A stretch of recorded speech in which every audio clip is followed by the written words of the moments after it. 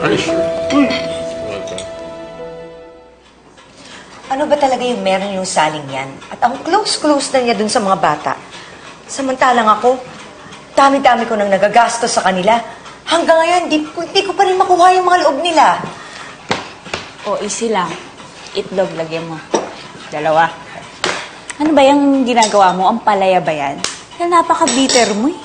Excuse me. I'm not bitter. I'm better. Kala ng sali na yan, siya lang marunong mag-bake ng cake. Magaling din ata ako mag-bake. Oo. Siya nang papatalo sa isang hamak na katulong lang. Ay, hindi na pala ang palaya. Nakalagay dito, patola.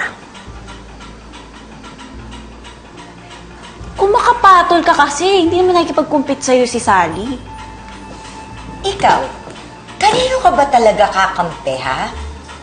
Siyempre sa'yo. Sa'yo naman. Tara na mag-bake na tayo. Sige lang, ihalo-halo mo na yan. Eh, check ko tong ano. Kasi alam ko, yung oven lang yung umiinit, hindi yung ulo mo. Mainit na siya. Try natin. Pasok mo ulo mo. Ba't pati ko? Mag-bake ka nga dyan.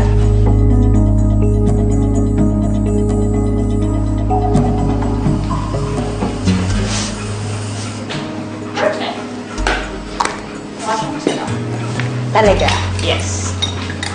And now, for the finishing touch. Oh, P! Gusto mo bang tikman yung ginawa ko? Halika dito, alam ko mahilig ka sa sweets. Yan, pili ka dyan kung anong gusto mo. Talaga po? Of course!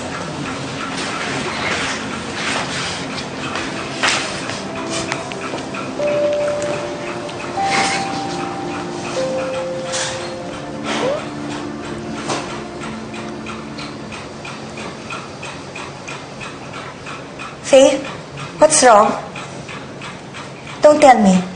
Hindi ka nasarapan? Masarap naman po, tita. Kaso, dapat po yata lagyan nyo ng chocolate chips tsaka sprinkles. Tulad po ng ginagawa ni Mommy. Mami na naman? Pati ba naman patay?